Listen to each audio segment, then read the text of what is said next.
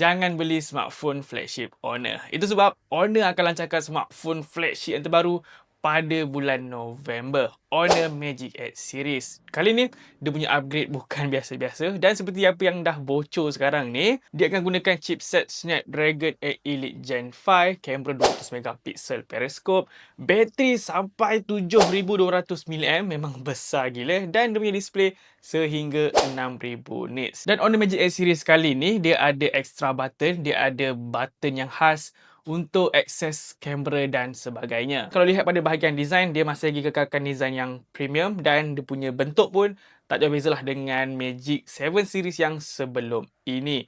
Cuma untuk kapasiti bateri tu masih lagi belum confirm yang Malaysia market akan dapat 7200 mAh sebab 7200 mAh ni adalah untuk kapasiti China. Selalunya akan ada slightly berbeza sikit lah. Dia akan slightly rendah sikit berbanding dengan market China. Tapi kalau sama, baguslah smartphone flagship ada bateri sebesar 7200 mAh. Jadi kalau sekarang ni anda ada plan nak beli smartphone flagship Honor, tahan dulu sebab pada bulan November nanti akan keluar smartphone flagship yang terbarulah daripada Honor.